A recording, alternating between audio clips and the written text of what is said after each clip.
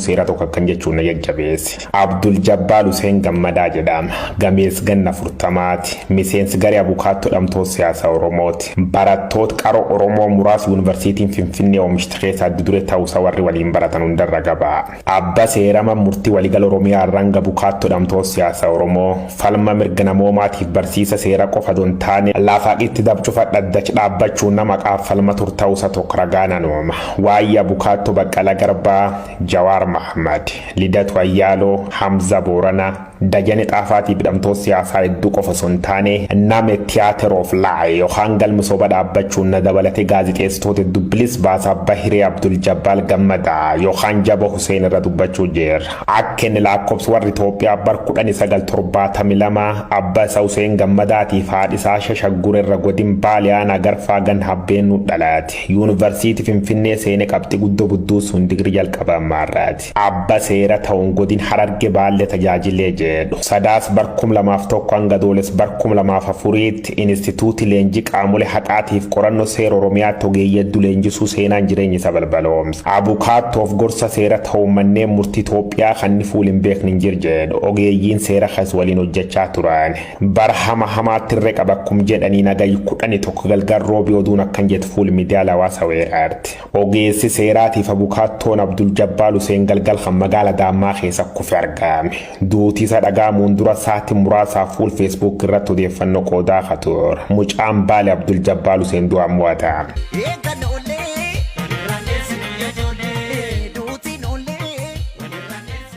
Hacaaluun jedhame waggaa tokkoon booda qe'een Oromoo ammallee gaddaan weeraramte. Reeffi hospitaal Rift Vaalii Adaammaa jirurra gara Finfinnee geeffamuun qorannoo reeffa yookaan post mortal godhamte Adaammaa deebisuun kaleessa gayi 12/2021 awwaalan. Abdul Jabbaar Hussein Gammadaa yookaan Maqaariyyaa Jabo jedhamuun ka beekamu wareegamtoota qaalii Oromoo sabni Oromoo yeroo ammaa dhabuun qabu jechuun waliigalam keessa nam qaraati. Duusa kanallee hordofee namoonni bebeekamoo fuulli miidiyaa hawaasaa gadditti dhagaa ibsachaa jiru.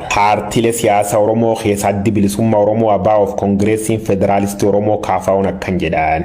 Obbo Abdul Jabbaar Hussein du'aan boqochuusaa yeroo dhageen gaddi guddaan nu dhagaam jedha addi bilisummaa Oromoo yookaan ABO'n namni seera kun bilisummaa uummata Oromootiif kabaji mirga dhala namaa jaan argu baatullee haayoo fakeehin numri guutuutti dadhabfirii argate Oromoo mirgisa kabajuuf seerri dabaka qajeel shakki tokkollee hin qabnu jedhe. Obbo Abdul Jabbaar Hussein abukaatoo taanii dhaabbachuu qofa son taane kabachiisuu olaantummaa seera keessa shormata isaanii taphataa turan ka jedhu dhaabbati Jawaar Mahammad faan kaafaa'oon lubbuun nam kana darbuun gaddi guddaan nu dhagaame ibsachaa maatii firaaf firoottan isaa akkasuma hawaasa Oromoo beekaaf qaroo kan dhabeef obsaaf jajjabina winaa jedhe. Jaarmiyaan Oromoo kun lamaanuu garuu akkaataa duusaatiif maaliin akka lubbuun isa dabarte beeku baannullee ibsi barbaanne jechuun ibsi gadda kan muummefaadha. Dunam kanaatiin wal qabate waan hedduu jedhamu jira. Doorsisi tokko sababa hojii isaatiin irra qabaa turu qabnu warri jedhulleen kanooma.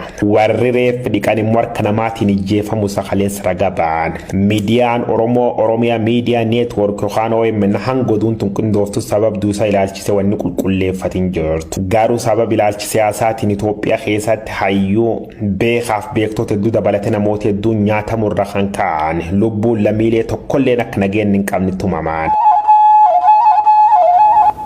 Qabsaan ni kufaa qabsoon itti fufaam. Oromiyaan gootaam hayyuum abbaa seeraam falmaa mirga namoomaam waardiyaa haqa cunqurfamtootaam obbo Abdul Jabbaar Hussein dhabdeem.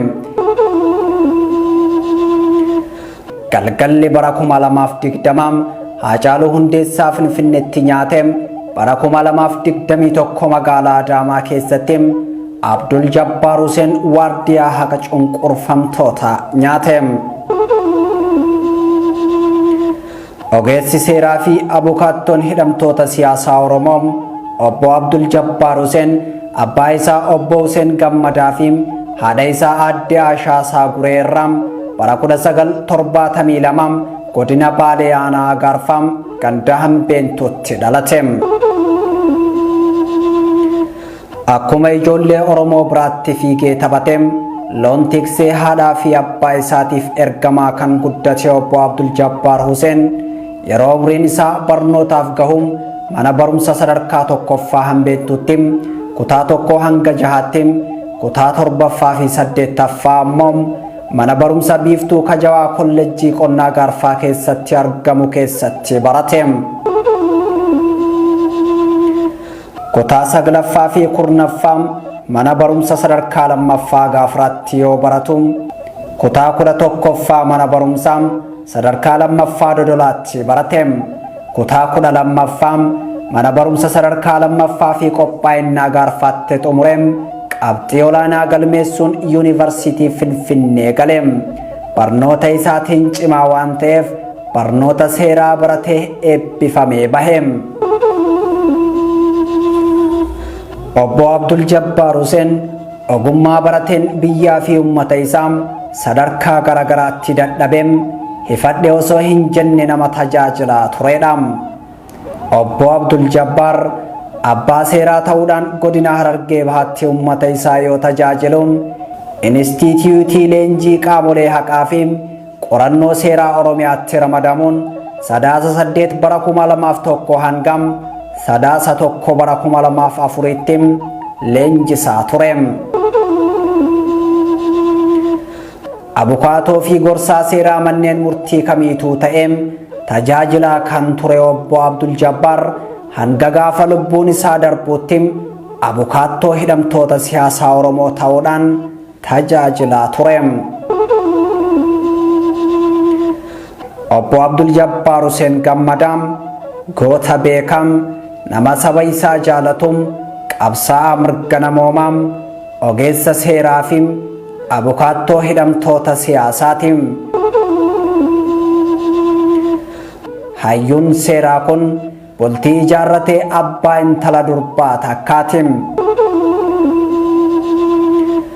qonni umrii isaa guutuu ummata isaa tajaajilaa ture kun Oromiyaa magaalaa Adaamaa ganda gadaa yookaan ganda 12 jedhamuun beekamutti hagayya 11 bara 2021 duubaan waraannamuun ajjeefame. gorsaa seeraa fi abukaatoon hidhamtoota siyaasaa Oromoo obbo Abdul Jabbaar Huseen nagahaan manaa bahee roobii halkan sa'a 3 irratti ajjeefamee argame.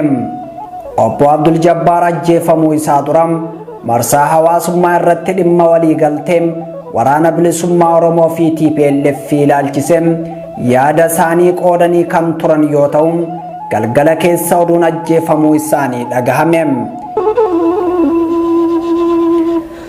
gadda guddatuun Oromiyaa fudhate, abbaa haqa cunqurfamtootaatti kufe. Oromiyaa bal'atuun hayyuu guddaa dhabe, xiqqaa guddatu rifate, ammas harka muramne jedhee naasuun bohe.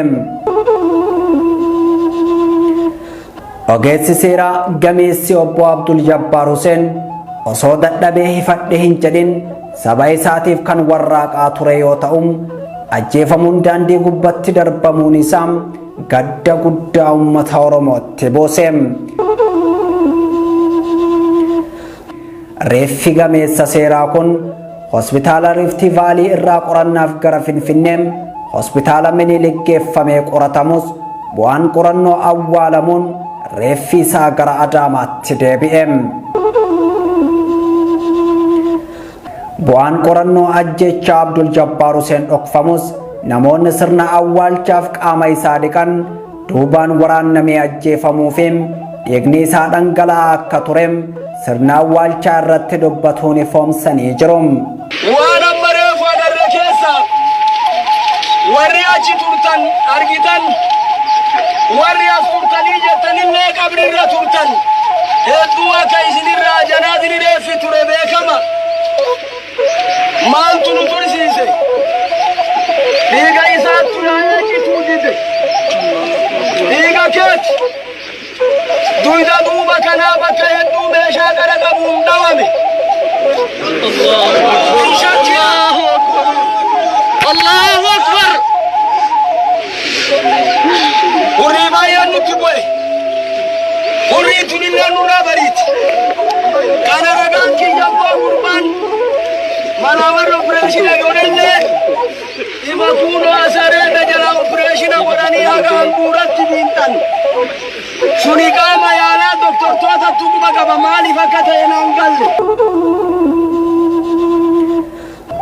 Sirni awwaalchaam gameessa seeraa Abdul Jabbaar Huseen har'a hagayya 12 bara 2021 magaalaa Adaamaatti bakka uummanni Oromoo kumaatamaan argamutti raawwate.